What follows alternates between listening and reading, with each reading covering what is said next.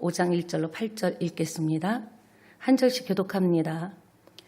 제가 먼저 합니다. 그 후에 모세와 아론이 바로에게 가서 이르되 이스라엘의 하나님 여호와께서 이렇게 말씀하시기를 내 백성을 보내라. 그러면 그들이 광야에서 내 앞에 절기를 지킬 것이니라 하셨나이다.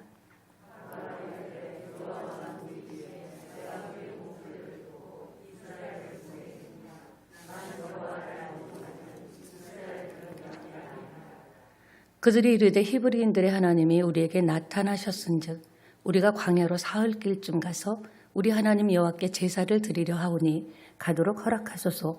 여호와께서 전염병이나 칼로 우리를 치실까 두려워하나이다.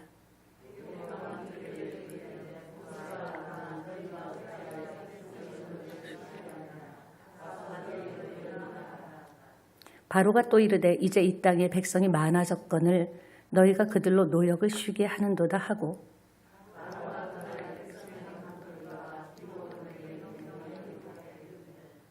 너희는 백성에게 다시는 벽돌에 쓸 집을 전과 같이 주지 말고 그들이 가서 스스로 집을 줍게 하라. 전에 만든 벽돌 수요대로 그들에게 만들게 하고 감하지 말라.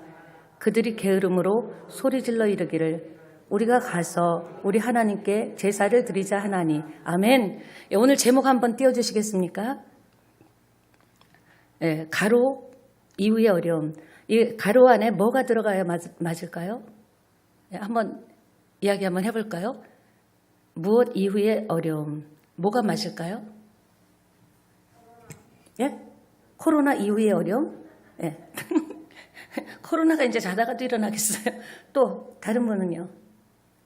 어차피 다 말씀하셔야 예배가 진행될 것 같습니다. 여러분 생각이 내 생각이죠.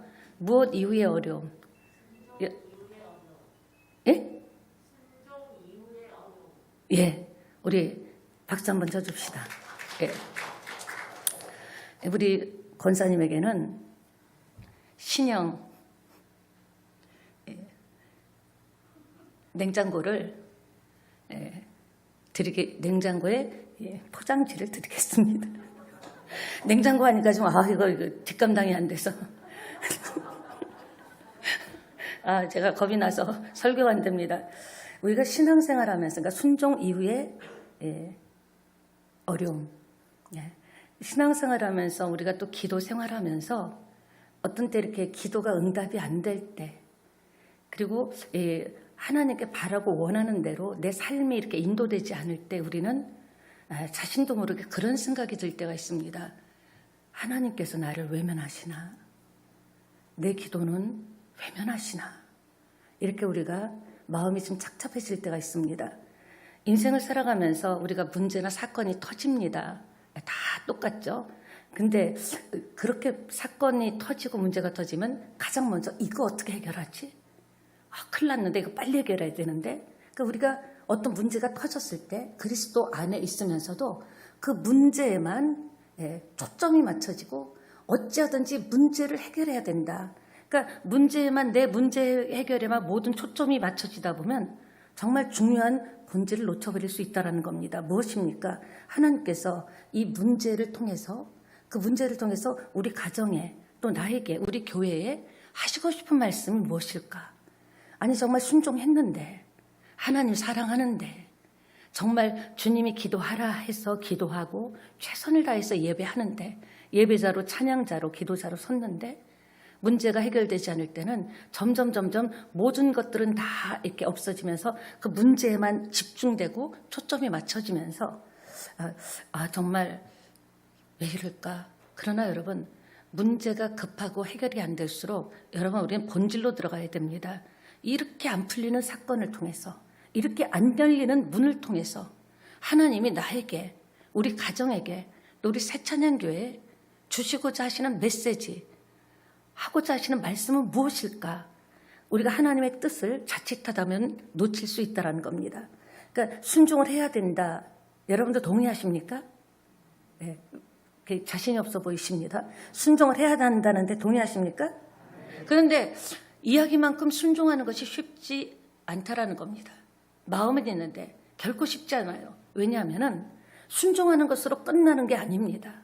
주님의 뜻대로 내가 순종했다로 끝나면은 그 다음에 복잡해지지 않는데 순종한 이후에 내가 기대하는 기대치가 있다라는 거예요. 내가 이렇게 하나님 뜻대로 하나님이 원하는 대로 내가 이렇게 순종했으니까 뭔가 하나님께서 나에게 어떤 좋은 일을 주시지 않을까 이런 기대치가 나올 수 있다라는 거죠.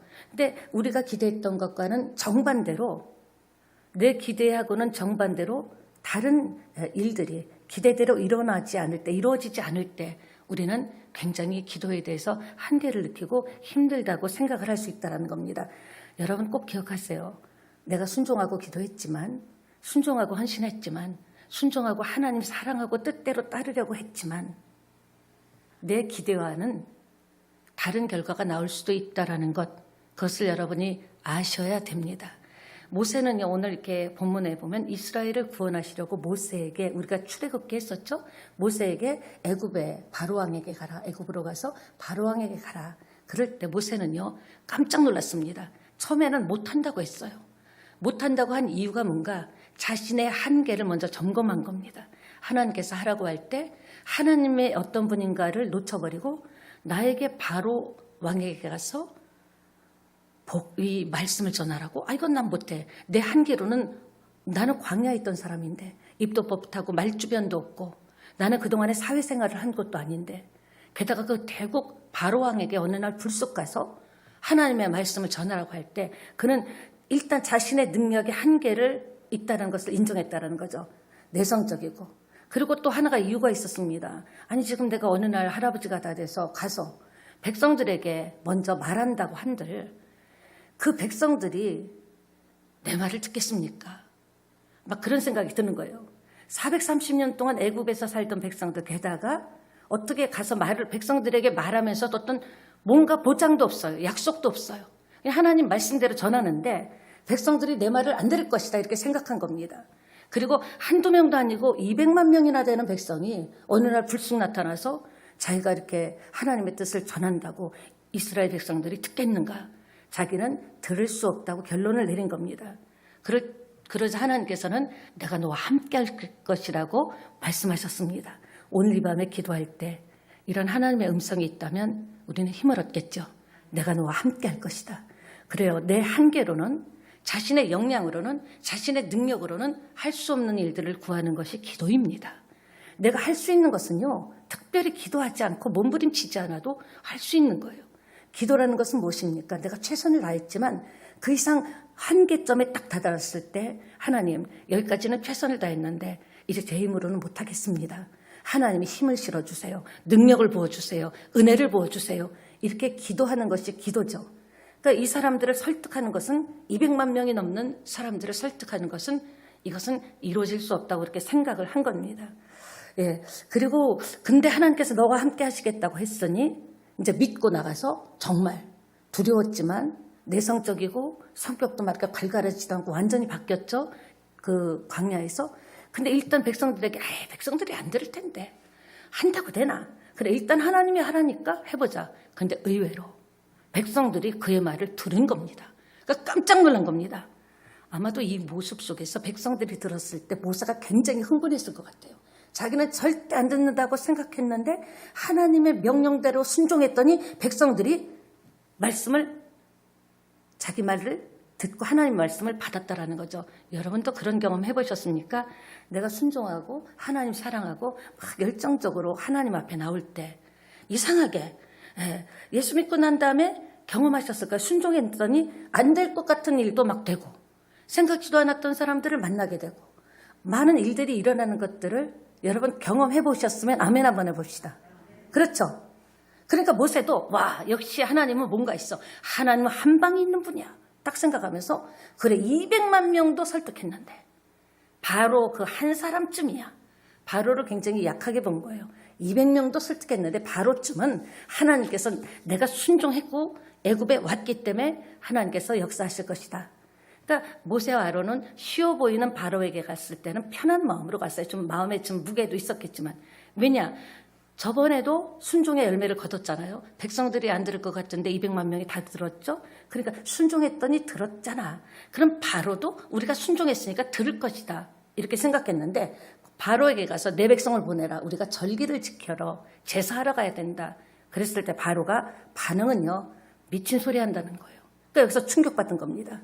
오히려 백성들의 노동 강도를 높여서 이스라엘 백성들이 막 원망할 정도로 출애굽기 5장 1절 2절에 있죠. 그러니 얼마나 난감했습니까? 우리도 믿다가 어느 날 이렇게 난감해질 때가 있습니다. 어떡하지? 한 발자국도 나갈 수 없는데 이것 어떡하지? 대량 난감이라 그러죠. 정말 방법이 없는 거예요. 그때 우리는 어떡합니까? 당황하면서 하나님께 조르죠. 하나님 해결해 주셔야 됩니다. 하나님 이건 하셔야 됩니다. 어떤 면으로 보면 하나님을 이렇게 우리가 조정하려고 하는 것 같이 이렇게 당황하니까 하나님이 보내셨다고 하면 뭔가 풀릴 줄 알았는데 순종하고 났더니 일이 더 꼬이는 겁니다. 6절부터 9절까지 내용을 보니까 노동의 강도를 더 높여서 이 벽돌을 만들려면은 진흙에다가 집을 넣어야 되잖아요. 이제 저것들이 배가 부르니까 시간이 많으니까 예배하러 간다고 제사 지내러 간다고 하니 이제는 집을 아예 주지 말고 벽돌을 굽게 해라. 집은 지푸라기들은 이전에는 애굽에서 공급해 줬는데 너희들이 가서 구해서 하든지 그러나 할당량은 이전하고 똑같다. 얼마나 난감합니까? 백성들도 모세의 말을 듣고 기대를 했었는데 이런 결과가 온 겁니다. 지금 게을르고 시간이 남아도니까 제사 지내러 다닌다는 엉뚱한 소리나 한다고 이렇게 이야기했습니다. 모세에게 압박이 옵니다. 여러분 시험이 올 때 우리에게도 이렇게 압박이 올 때가 있어요. 그때 여러분 꼭 기억하시기 바랍니다. 하나님께 인정받는 찬스라는 것을 꼭 기억합시다. 옆에 계신 분하고 인사합시다. 시험이 올 때 그때가 바로 하나님께 인정받는 찬스입니다. 예, 야고보서 1장 2절 3절 한번 볼까요? 야고보서 읽습니다. 내 형제들아 너희가 여러 가지 시험을 당하거든 어떻게 하래요? 기쁘게 여기래요. 3절 이는 너희의 믿음의 시련이 인내를 만들어내는 줄 너희가 알미라. 인내를 온전히 이루라. 그리하면 너희가 조금도 부족하여 겸비하여 부족함이 없게 하려 함이라. 여러분 시험이 올 때는요. 하나님께서 우리를 다루시는 시간입니다. 그래서 시험은 반드시 오는데 그때 이때 정신 차리고 내가 이 시험을 어떻게 반응하냐에 따라서 나의 문제가 해결될 수도 있고 아니면 더 길어질 수도 있다. 이런 여러분이 생각을 하고 직장생활에서도 또 사회생활에서도 예수 믿는다 그러면요. 사람들이 아이고 예수 믿으면 뭐 저기 힘 받고 능력 받는다며 이 일 당신이 해결하면 되겠네. 이거 당신이 하면 되겠네. 하면서 우리를 약간 희롱할 때가 있죠. 그때 여러분 꼭 입을 다무시고 여러분 침묵으로 기도하시기를 바랍니다. 21절 보니까 기록원들이 모세가 하는 것을 보고 막 항의를 합니다. 우리를 네가 와서 바로와 그의 신하들에게 미운 털 받게 해서 모세 당신이 오기 전에는 우리는 이렇게까지 힘들진 않았는데 모세 당신이 와서 우리에게 굉장히 막 해방을 줄 것 같았지만 현실은 지금 더 힘들게 됐다. 정리하면 나름대로 다 기대가 있었을 거 아닙니까? 백성들도 어느 날 모세가 와서 하나님의 말씀을 전할 때 와 드디어 하면서 기대했을 때인데 여러분 순종은 쉽지 않습니다. 순종은 어디에서 나옵니까? 믿음에서 나온다라는 것을 기억하시기 바랍니다. 그러니까 우리도 그런 생각하잖아요. 믿음의 결단을 통해서 어떤 일에 순종했어요. 내게 감동 주는 것, 아니면 강단에서 선포하는 것, 성경을 읽든지 메시지를 듣든지 어떤 걸 결단하고 이제 그렇게 하리라고 선택했어요. 그리고 난 순종할 거다. 가까이를 보면은 전도도 하고 헌신도 하고 기도도 하고 안 하던 새벽 기도도 또 철야 기도까지 하면서 하나님께 순종하죠. 그리고 봉사도 하고 그러고 나서 그걸로 끝나야 되는데 그 다음에 뭐가 옵니까? 은근히 이제 기대가 옵니다. 그래 내가 기도 안 했는데 이렇게 기도를 했으니까 내가 그동안에 봉사하지 않고 전도하지 않고 헌신하지 않고 선교하지 않고 그냥 나만 생각했는데 내가 이 하나님의 음성을 듣고 이제는 내가 봉사하리라 예배 드리리라 이렇게 하면서 그 한 걸로 끝나야 되는데 항상 뭐가 오냐면은 기대가 옵니다. 내가 이렇게 했으니까 안 하다가 이렇게 했으니 하나님께서 뭔가 나에게 좋은 것을 주시지 않겠느냐. 이렇게 하나님이 기대하라고 하지 않았는데 헌신하고 순종하면서 기대를 한다라는 거 살짝 그런 기도하잖아요. 안 하던 기도를 했을 때 하고 나서 나오면서 이렇게 기도를 했으니까 이제 뭔가 풀릴 거야. 내가 기도도 안 했는데 이렇게 금요 철야 예배 나와서 기도도 안 했는데 내가 마음먹어 기도했으니까 기도하라는 말에 순종했으니까 이제 나가면서 기대하는 거예요. 뭔가 좀 어려운 일이 풀리겠네. 이렇게 기도를 하죠. 그런 살짝 기대하죠. 그런데 반대 현상이 나타날 수 있습니다. 기도했는데 더 막힐 때가 있어요.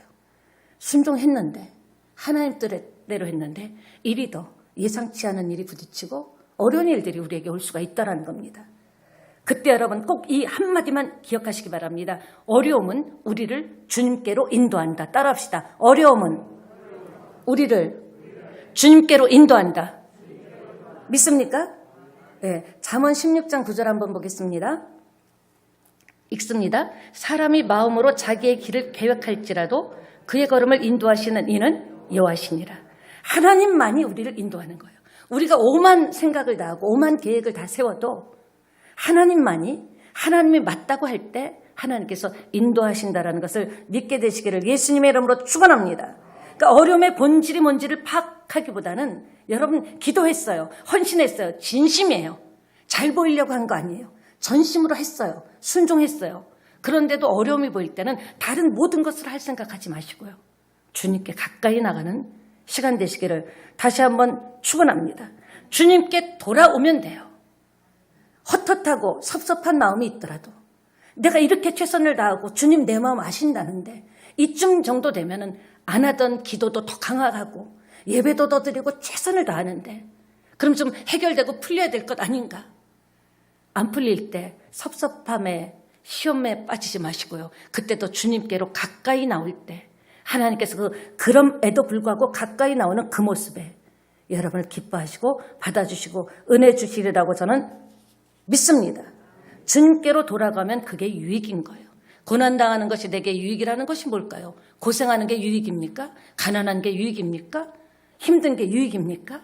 가슴앓이 하는 게 유익입니까? 아니죠.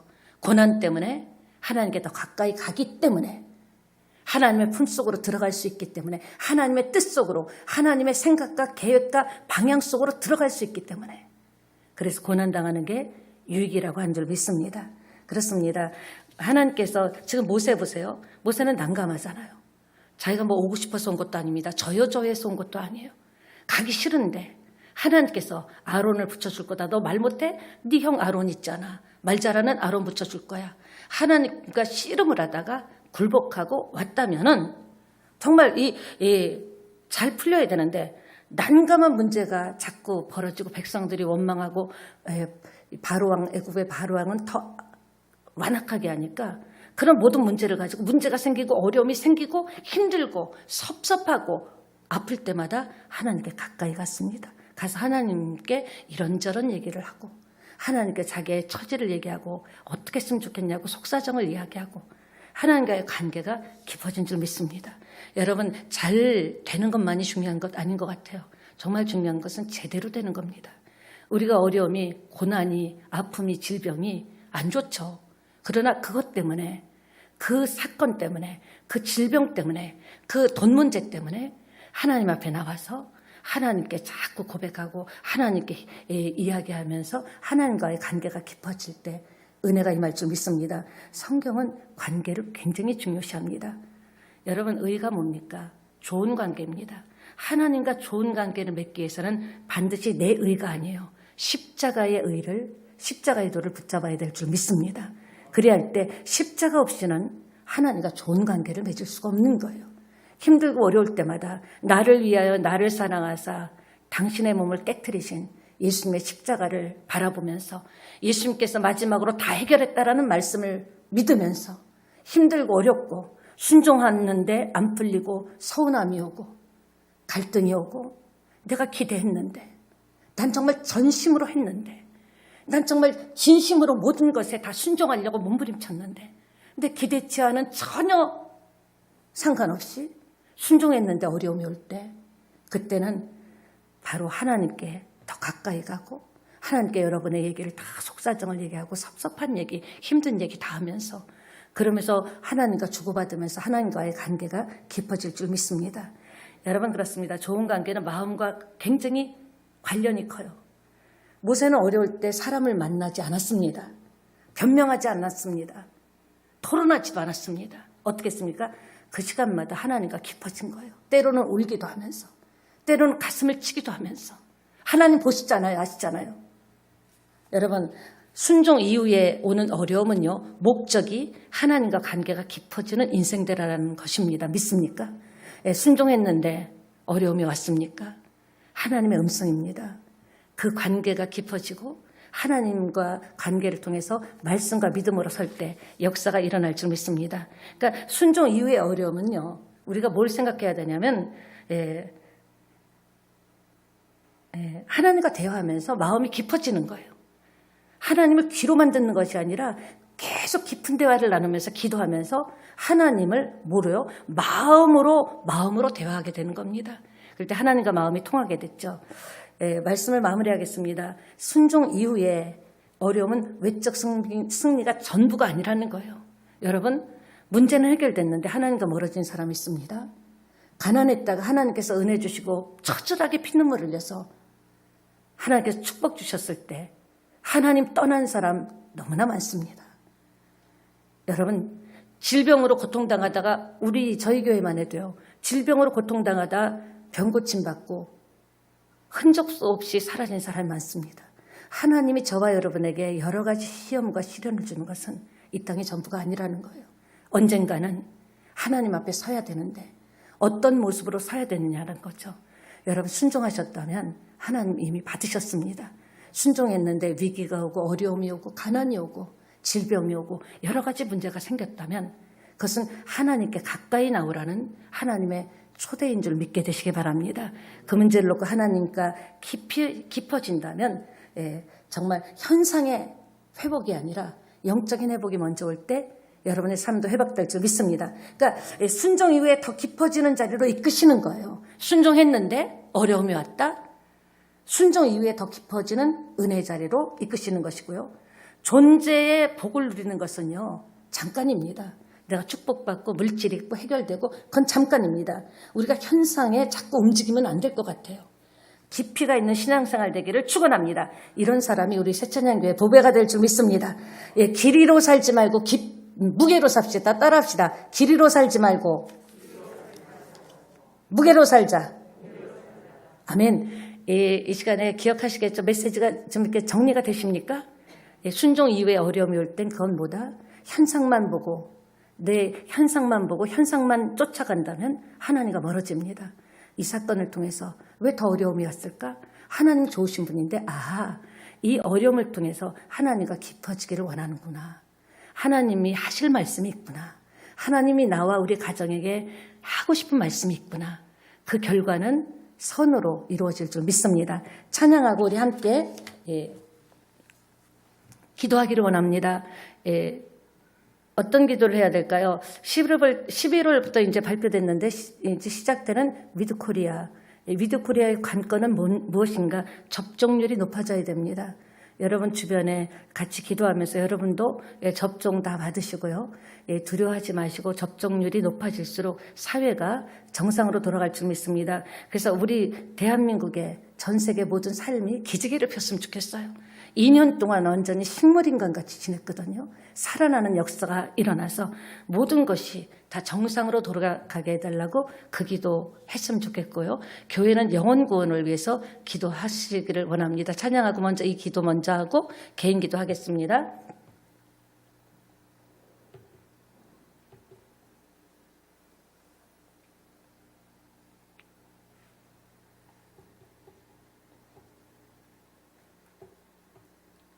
박수치며 찬양합니다.